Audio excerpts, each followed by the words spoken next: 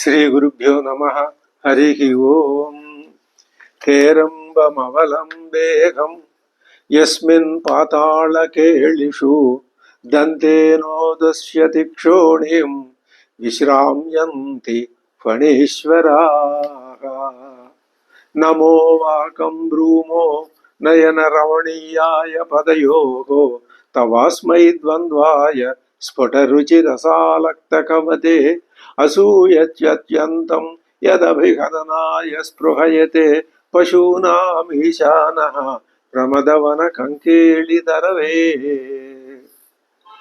వాగర్ధావివ సంపృక్తౌ వాగర్ధ ప్రతిపత్తయే జగతః పితరౌ వందే పార్వతీ పరమేశ్వరౌ. ఇందీవరదళశ్యామం ఇందిరానందకందళం వందారు జనమందారం వందేహం యదునందనం. శ్వేతపుష్పకమారుహ్య సీతయా సహ రాఘవ సుగ్రీవాదిభవద్భక్తైః మనో మధ్యే రమస్వ మే. దోర్భిః ఖడ్గం చ శూలం డమరుం అసిధనుశ్చారుబాణం కుఠారం శంఖం చక్రం చ ఖేటం హలముసల గదా భిండివాలం చ పాశం విద్యుద్వన్నీశ్చ ముష్టిం త్వభయవరగరం బిభ్రతం శుభ్రవర్ణం వందే రామం త్రినేత్రం సకల రిపుకులం అమర్దయంతం ప్రతాపైః. దురితతిమిరచంద్రః దుష్టకంజాతచంద్రః సురకువలయచంద్రః సూర్యవంశాబ్ధిచంద్రః స్వజననివహచంద్రః శత్రురాజీవచంద్రః ప్రణతకుముదచంద్రః పాతు మాం రామచంద్రః. కళ్యాణదం కౌశికయజ్ఞపాలం కళానిధిం కాంచనశైల ధీరం కంజాతనేత్రం కరుణాసముద్రం కాకుస్థరామం కలయామి చిత్తే. శ్రీ గురుభ్యో నమః. హరి ఓం. యజ్ఞం ముగిసింది. ఇప్పుడు ఆ యజ్ఞంలో దేవతల ప్రార్థనలు విని అక్కడికి శ్రీ మహావిష్ణువు వచ్చాడు.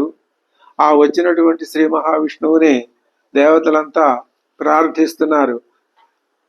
తముద్ధతం రావణ ముగ్ర తేజసం ప్రవృద్ధ దర్పం త్రిదశేశ్వర ద్విషం విరావణం సాధు తపస్వి కంటకం తపస్వినాం ఉద్ధర తం భయావహం తం ఉద్ధర.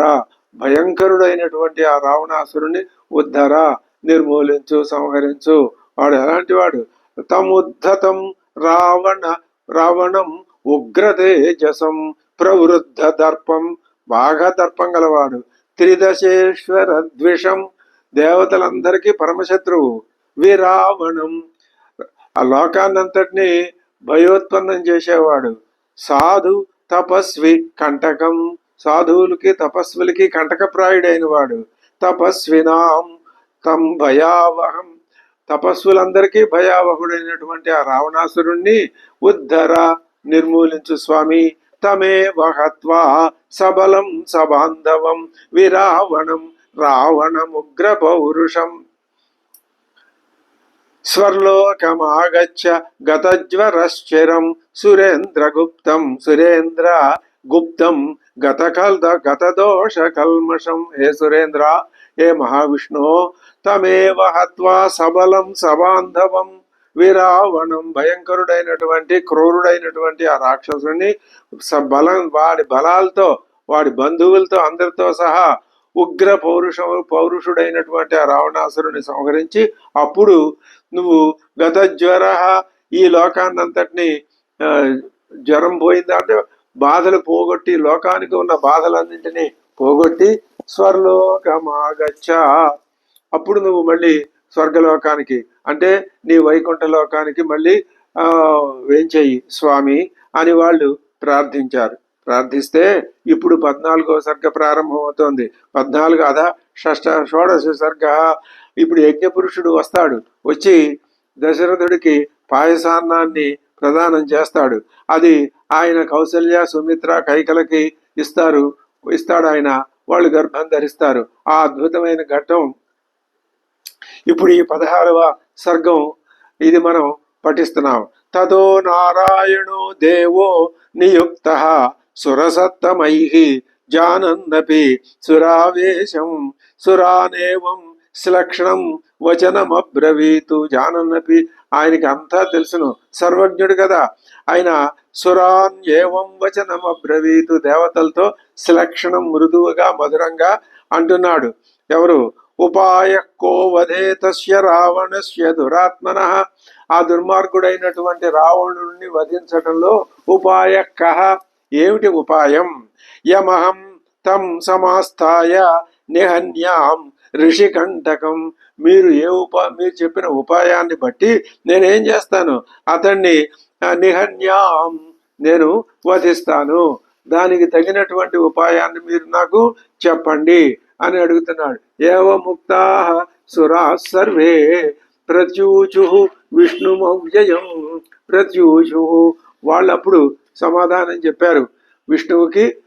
ఆ దేవతలంతా మానుషీం తను మాస్థాయ రావణం జహి సంయుగే.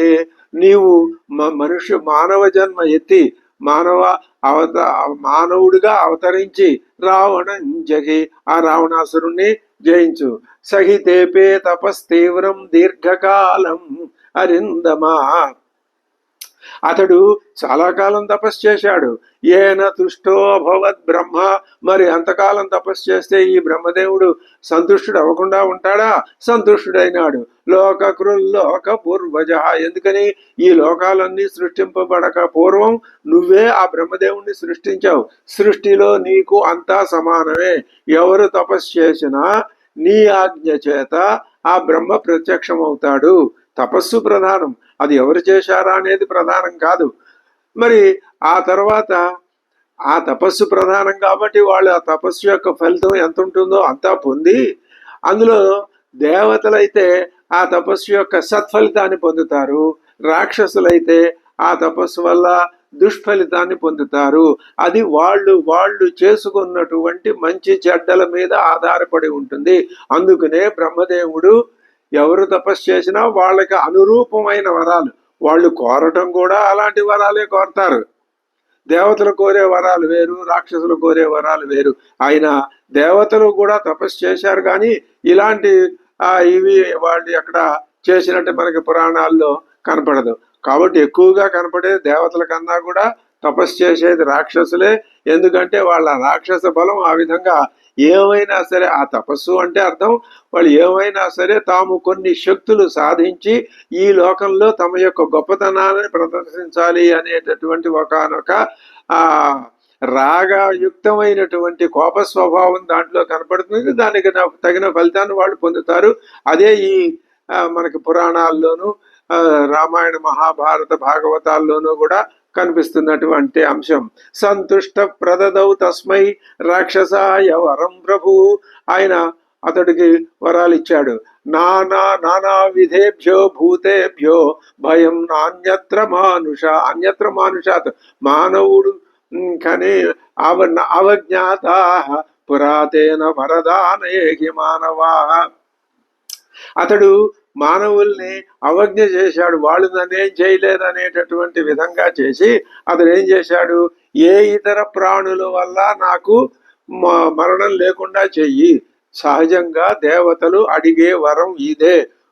హిరణ్యకశిపుడు, హిరణ్యాక్షుడు అందరూ మొత్తం రాక్షసానీకం అంతా తపస్సు చేసి బ్రహ్మదేవుని ఏమడిగారు? నాకు మరణం లేకుండా చెయ్యి. దానికి మరణం లేకుండా చేస్తానని ఎవ్వరికీ ఆయన వరం ఇవ్వలేదు. ఇక్కడ మరణం అనేది పెద్ద సమస్య రాక్షసుడికి. దేవతలకి మరణం సమస్య కాదు, మరణం తప్పదు అని అందరికీ తెలుసు. అయితే దేవతలకి మరణం లేదు కదా, వాళ్ళకి తెలిసినా ఏం ప్రయోజనం? మానవుడు రాక్షసుడు, మానవుడే దేవత, దేవతే మానవుడు. మానవుడిలోనే రాక్షస లక్షణం ఉంది, రాక్షసుడు ఆ మానవుడు. మానవుడిలోనే ఈ రెండు లక్షణాలు ఉన్నాయి. ఇందులో దేవతల లక్షణాలు అభివృద్ధి పొంది రాక్షస లక్షణాలు తగ్గితే ఈ మానవుడు జన్మ ప్రయోజనాన్ని పొందుతాడు. ఇదే ఇందులో ఉన్నటువంటి అంతరార్థం. ఏవం పితామహాత్ తస్మాత్ వరం ప్రాప్య సదర్పితః ఉత్సాదయతి లోకాన్ స్త్రీన్. ముల్లోకాల్ని అతడు బీభత్సమయం చేస్తున్నాడు. స్త్రియశ్చాప్యపకర్షతి, స్త్రీలను కూడా బలాత్కరిస్తున్నాడు. తస్మాత్ తస్య వధో దృష్టో మానుషేభ్య తరంతప. మానవుడి రూపంలోనే అతని యొక్క వరాన్ని, అతని యొక్క వధని మనం చూడాలి. ఇచ్చేతద్వచనం శ్రుత్వా సురాణం విష్ణు ఆత్మవాన్. వాళ్ళ మాట విని ఆత్మవాన్ విష్ణు, ఈ అద్భుతమైన విశేషణం ఆత్మవాన్, ఆత్మ స్వరూపంగా కలవాడు పరమాత్మ. ఆత్మవాన్ పరమాత్మ. పరమాత్మ అంటే ఈ సమస్తానికి ఆత్మస్వరూపుడు, ఈ సమస్తము తనలో కలవాడు, ఈ సమస్తంలోనూ తానుగా ఉన్నవాడు, ఇదంతా తనలో కలవాడు. అటువంటి ఆత్మవాన్ పితరం రోచయామాస తదా దశరథం నృపం. ఐచ్ఛతు తదైచ్ఛతని ఉపనిషత్ ప్రయోగిస్తుంటుంది. రోచయామాస ఐచ్ఛతు అనుకొనెను, సంకల్పించెను. ఆయన పరమాత్మ ఒకసారి సంకల్పిస్తే ఆ సంకల్పానికి ఏమాత్రం ఇంక తిరుగు ఉండదు. దశరథుణ్ణి తన తండ్రిగా ఆయన ఎంచుకున్నాడు. సజాప్య పుత్రో నృపతి తస్మిన్ కాలే మహాద్యుతి. ఆ సమయంలో శ్రీ మహావిష్ణువు అక్కడ వీళ్ళకి కనిపించారా లేదా అనేది అలా ఉంచితే, ఆ యజ్ఞంలో ఆయన మహాద్యుతితో గొప్ప తేజస్తో ప్రకాశిస్తున్నాడు. అయజత్ పుత్రియామిష్టిం పుత్రేప్సురరిసూదన. ఆయన పుత్రీయమైన పుత్రకామేష్టి యాగం చేశాడు. సకృత్వా నిశ్చయం విష్ణు ఆమంత్రియ చ పితామహం అంతర్ధానం గతో దేవై పూజ్యమానో మహర్షివి. ఆమంత్రియ, సరే వెళ్ళి వస్తానని చెప్పి వాళ్ళు చెప్పిన విషయానికి అంగీకరించి మహావిష్ణువు అక్కడి నుంచి అంతర్ధానం అయిపోయినాడు. తతో వై యజమానస్య పావకాదతుల ప్రభం ప్రాదుర్భూతం మహద్భూతం మహావీర్యం మహాబలం. ఆ పావకాద్ అతుల ప్రభం, ఆ యజ్ఞ గుండంలో నుంచి అతుల ప్రభం, మిక్కిలి సాటిలేని ప్రభలతో కాంతులతో వెలుగుతున్నటువంటి ఒకానొక మహద్భూతం దివ్య పురుషుడు ప్రాదుర్భూతం ఉద్భవించాడు. ఆ యజ్ఞగుండంలో నుంచి ఒక మహా తేజస్సు కలిగినటువంటి ఒక మహావీర్య బలుడు, మహాబలం కలిగిన ఒక మహాభూతం, ఒక పెద్ద ఆకారం అక్కడి నుంచి బయటకు వచ్చింది. ఇంకా ఎలా ఉన్నాడు? కృష్ణం రక్తాంబరధరం రక్తాస్యం దుందుభిస్వనం స్నిగ్ధహర్యక్ష తనుజ శ్మశ్రు ప్రవరమూర్ధజం. ఆయన ఎలా నల్లగా విరాజిల్లుతున్నాడు. ఎరుపు రంగు వస్త్రాన్ని ధరించాడు. ఆయన ముఖం కూడా ఎర్రగానే ఉంది. ఆయన కంఠస్వరం దుందుభి ధ్వని వలె గంభీరంగా ఉంది. ఆయన శరీరం మీద రోమాలు, మీసాలు, కేశాలు సింహపు జూల్లాగా మృదువుగా ఉన్నాయి. అతడు శుభ లక్షణ సంపన్నం దివ్యాభరణ భూషితం శైలశృంగ సముత్సేదం దృప్త శార్దూల విక్రమం. ఆయన లక్షణాలన్నీ శుభ లక్షణాలే. దివ్యాభరణాలు ధరించున్నాడు. గిరిశిఖరం వలె ఎత్తుగా ఉన్నాడు. మదించిన పెద్ద పులి వలె భయంకరంగా ఉన్నాడు. దివాకర సమాకారం సూర్య తేజస్సుతో వెలిగిపోతున్నాడు. దీప్తానల శిఖోపమం ప్రజ్వరిల్లుతూ ఉన్న అగ్ని శిఖల్లాగా ఉన్నాడు, అగ్ని కొసల్లాగా. తప్త జాంబూనదమయీం రజతాంత పరిచ్ఛదాం. ఆయన ఒక బంగారపు తప్త జాంబూనదం కరిగి పోతబోసినటువంటి ఒకనొక బంగారపు పాత్రతో ఆయన చేతుల్లో ఉంది. రాజతాంత, దానిపైన ఒక మూత ఉంది, వెండి మూత దాని మీద ఉంది. దివ్య పాయస సంపూర్ణం, ఆ బంగారపు పాత్ర నిండుగా ఉంది. దాంట్లో పాత్ర సత్ని పత్నిమివ ప్రియం. అది ఆయన ఎలా పట్టుకున్నాడు? తన యొక్క పత్ని, ఆ బంగారు పాత్ర పత్నియా అన్నట్లు అంత ఆధారంగా ఆ పాత్ర ఆయన పట్టుకున్నాడు. ప్రగృహ్య విపులాం దౌర్భ్యాం స్వయం మాయామయీమివ. ఒక మాయామయి అయినటువంటి మాయామయి అయిన దాని వలె ఆ పాత్రను పట్టుకున్నాడు. ఇక్కడ మాయా అనే శబ్దం ప్రయోగింపబడుతున్నది. ఈ మాయా శబ్దము దీని యొక్క స్వారస్యాన్ని, అర్థాన్ని మనం గ్రహించాలి. అంటే నిజం ఆలోచిస్తే ఇదంతా ఏమిటో దీని స్వభావం మనకి ఇతపూర్వం ఈ విధమైనటువంటి ఘట్టాలు ఈ తత్వాన్ని మనం అర్థం చేసుకుంటున్నాం కాబట్టి మాయామయీ ఇవ అటువంటి బంగారపు పాత్రతో పాయసంతో నిండి ఉన్న పాత్రతో ఆయన సమవేక్ష్యాబ్రవీద్వాక్యం ఇదం దశరథం నృపం ప్రజాపత్యం నరం విద్ధి మామిహాభ్యాగతం నృప. నేను ప్రజాపత్య పురుషుణ్ణి, బ్రహ్మదేవుడు పంపించగా ఇచ్చటికి వచ్చాను. వెంటనే తతపరం తదా రాజా ప్రచువాచ కృతాంజలికి అంజలి ఘటించి ఆయనతో అంటున్నాడు మహారాజు, భగవన్ స్వాగతం తేస్తు కిమహంకరవాణితే. ఓ మహాత్మా, తమరికి స్వాగతం. నన్నేం చేయమని నన్ను ఆజ్ఞాపిస్తున్నారు? అధో పునరిదం వాక్యం ప్రజాపత్యో నరో బ్రవీతు.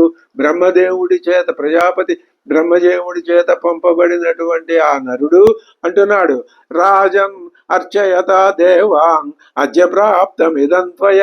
నువ్వు దేవతల్ని ఆరాధించావు కదా, అర్చించావు కదా, ఇదం ప్రాప్తం, ఈ ఫలితం నీకు వచ్చింది. ఇదంతు నృపశార్దూల పాయసం దేవ నిర్మితం. ఇది దేవ నిర్మితం, సామాన్యమైంది కాదు. ప్రజాకరం, ఇది సేవిస్తే సంతానం కలుగుతుంది. గృహాణత్వం, స్వీకరించు. ధన్యం ఆరోగ్యవర్ధనం, నువ్వు ధన్యుడు అవుతావు, ఆరోగ్యం అభివృద్ధి చెందుతుంది. భార్యాణం అనురూపాణం అశ్నీతేతి ప్రయచ్చవై.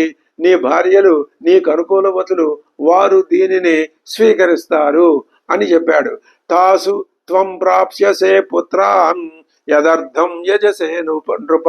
నువ్వు పుత్రుల కోసం యజ్ఞం చేశావుగా, వారి యందు నువ్వు సంతానాన్ని పొందగలవు. తదా ఇతి నృపతి ప్రీత, ఆనందించాడు. శిరస ప్రతిగృహ్యతాం, తల వంచి వినయంతో ఆ పాత్రను స్వీకరించి, పాత్రీం దేవాన్న సంపూర్ణం, దేవాన్నం పరమాన్నం, అటువంటి అన్నంతో నిండినటువంటి దేవదత్తాం హిరణ్మయీం పాత్రీం, బంగారుమయమైన ఆ పాత్రని, పాయసంతో నిండి ఉన్న ఆ పాత్రని స్వీకరించి, అభివాద్యచు తద్భూతం, ఆ మహాశక్తిని అభివాదనం చేసి, అద్భుతం ప్రియ దర్శనం ముదా పరమయా యుక్త చకారాభిప్రదక్షిణం, ఆ పాత్ర తన చేతుల్లో పాత్రహస్తుడై ఆ మహాశక్తి చుట్టూ ప్రదక్షిణం చేశాడు. తతో దశరథ ప్రాప్య పాయసం దేవ నిర్మితం బభూవ పరమ ప్రీత ప్రాప్య విత్తమివాధన. నిర్ధనుడికి ధనం లభిస్తే ఎంత ఆనందం కలుగుతుందో, ఆయన సంతానహీనుడు కాబట్టి ఇప్పుడు సంతానం ఆయనకి ప్రాప్తిస్తున్నది కాబట్టి ఆయన మహానందాన్ని పొందాడు. తతస్తద్భుత ప్రక్షం భూతం పరమ భాస్వరం సంవర్తయిత్వా తత్కర్మ తత్రైవ అంతరధీయత. అది దేవతల చేత, బ్రహ్మదేవుడి చేత ఆజ్ఞాపించబడినటువంటి ఆ కర్మని, ఏమిటా కర్మ? ఆ దాంట్లో యజ్ఞగుండంలో నుంచి పైకి రావటం, ఆ పాత్రని దశరథుడికి అందించటం, నీ భార్యలకి నువ్వు ఇవ్వు అని చెప్పటం, ఇది అతని యొక్క నిర్దేశం, అతను ఆచరించవలసిన క్రియ. అది ఆచరించి సంవర్తయిత్వా తత్కర్మ తత్రైవ అంతరధీయత, వెంటనే ఆ మహాశక్తి అక్కడి నుంచి అదృశ్యమైపోయినాడు. హర్షరశ్మిభిరుజ్యోతం తస్య అంతఃపురమాబభౌ. ఇక ఆ సంతోషంతో నిండిపోయింది ఆయన యొక్క అంతఃపురం అంతా. శారదస్యాభిరామస్య చంద్రస్యేవ నభోంశుభి. అభిరాముడైనటువంటి చంద్రుడితో ఉన్న ఆకాశం ఏ విధంగా వెలుగుతుందో ఆ మహారాజు అంతఃపురం అంతా సంతోషంగా, అంత ఆనందంగా ఉంది. సో అంతఃపురం ప్రవిశ్యైవ, ఈయన అంతఃపురంలో ప్రవేశించేసరికి అంతఃపురం అంత జాజ్వల్యమానంగా ప్రకాశిస్తోంది. కౌసల్యామిదమబ్రవీతు, ఆయన కౌసల్యతో అంటున్నాడు, పాయసం ప్రతిగృహ్ణీష్వ, ఇదిగో తీసుకో పాయసం, పుత్రీయం, ఇది పుత్రుల్ని ఇస్తుంది, తు ఇదం ఆత్మనః కౌసల్యాయై నరపతి పాయాసార్థం దదౌ తదా. అందులో ఆ పాయసాన్ని మొత్తాన్ని 2 భాగాలు చేసి అందులో సగ భాగాన్ని కౌసల్యాయై దదౌ, ఆయన కౌసల్యకి ఇచ్చేశాడు. అంటే కౌసల్య గర్భాన శ్రీరాముడు ఉద్భవిస్తాడు. అర్ధాద్, ఇంకా సగం ఉంది. అర్ధాదర్థం దదౌ చాపి సుమిత్రాయై నరాధిప, ఆ మిగిలిన దాంట్లో అర్ధాన్ని సుమిత్రకు ఇచ్చాడు. ఇంకా మొత్తంలో ఒక పావు ఉందన్నమాట. కైకేయ్యై చావశిష్టార్థం ఆ మొత్తం ఉన్న పావులో సగాన్ని 1/8 వంతుని కైకేయికి ఇచ్చాడు. దదౌ పుత్రార్థ కారణాత్ ప్రదదౌ చావశిష్టార్థం. 1/8 వంతుని కైకేయికి ఇవ్వగా ఇంకొక 1/8 వంతు మిగిలింది. ఆ పావు వంతులో ఆ సగాన్ని పాయసస్య అమృతోపమం అది అనుచించ సుమిత్రాయై పునరేవ మహీపతికి. మళ్ళీ సుమిత్రకి ఇందులో ఈ మిగిలిన ఈ పావులో సగాన్ని ఆవిడికి ఇచ్చాడు. ఏవం దాసాం దదౌ రాజా భార్యాణం పాయసం పృథకు. వేరువేరుగా ఎవరికి ఇవ్వాల్సింది వాళ్ళకి ఇచ్చివేశాడు. తాస్త్వే తత్ప్రాయసం ప్రాప్య నరేంద్రస్యోత్తమా స్త్రియ. ఆ మహారాణులు ఆ పాయసాన్ని పొంది సమ్మానం మేనిరే సర్వాహ ప్రహర్షోదిత చేతస. ప్రహర్షం చేత ఆ అద్భుతమైనటువంటి ఆ కీర్తి ప్రతిష్టలతో నిండినటువంటి ఆ చేతస మనస్సు కలవాళ్ళై, సంతోషించిన మనస్సు కలవాళ్ళై, తతస్తు ప్రాస్య తదుత్తమ స్త్రియ. ప్రాస్య దాన్ని భక్తి శ్రద్ధలతో పూజించి దానిని స్వీకరించి మహీపతేకే ఉత్తమ స్త్రియ ఉత్తమ పాయసం పృథకు. ఎవరికి ఇవ్వబడిన దాన్ని వాళ్ళు విడివిడిగా హుతాశనాదిత్య సమాన తేజసోచిరేణ గర్భాన్ ప్రతిపేదిరే తదా. ఇంకా అచిరకాలంలోనే వాళ్ళు గర్భాన్ ప్రతిపేదిరే గర్భములను ధరించారు. హుతాశన ఆదిత్య సమాన తేజస. వాళ్ళు ఎలా ఉన్నారు? అగ్ని వలె, సూర్యుడు వలె తేజోమూర్తులై విరాజిల్లుతున్నారు వాళ్ళు. ఆ గర్భం ధరించడం వల్ల వాళ్ళు అగ్నిమూర్తులుగా, సూర్యమూర్తులుగా విరాజిల్లుతున్నారు. తతస్తు రాజా ప్రసమీక్ష్యత స్త్రియ ప్రరూఢ గర్భా ప్రతిలబ్ధ మానస బభూవ హృష్ట స్త్రీ దివే యథాహరి. ఆయన ఎలా ఉన్నాడు ఇప్పుడు? ఋషిగణాల చేత, ఇంద్రాది దేవతల చేత వైకుంఠంలో, స్వర్గంలో విష్ణువుని ఏ విధంగా పూజిస్తారో వైకుంఠంలో ఉన్న విష్ణువుని వీళ్ళు పూజిస్తే వాళ్ళ మధ్యలో, దేవతల మధ్యలో పరివేష్టింపబడినటువంటి ఆ మహావిష్ణువు ఎలా ఉన్నాడో ఈ బభూవ హృష్ట స్త్రీవే యథాహరి సురేంద్ర సిద్ధర్షి గణాభిపూజిత. అటువంటి హరివలే, శ్రీ మహావిష్ణువు వలె ఈయన ఇక్కడ ఈ మానవ లోకంలో, అంతఃపురంలో, కోసల దేశంలో, అయోధ్యలో ఈ దశరథుడు మహావిష్ణువు వలె. అంతే కదా, ఆ మహావిష్ణువే ఆయనకు కుమారుడుగా జన్మించబోతున్నప్పుడు ఈయన మహావిష్ణువు యొక్క అంశలో ఈయన ఉండడం వల్ల ఆయనకి ఆ విధమైనటువంటి తేజస్సు సంభవించింది. ఇత్యార్షే శ్రీమద్ రామాయణే వాల్మీకియే ఆదికాండ కావ్యే బాలకాండే షోడశ సర్గ. ఇది 16వ సర్గము. స్వస్తి.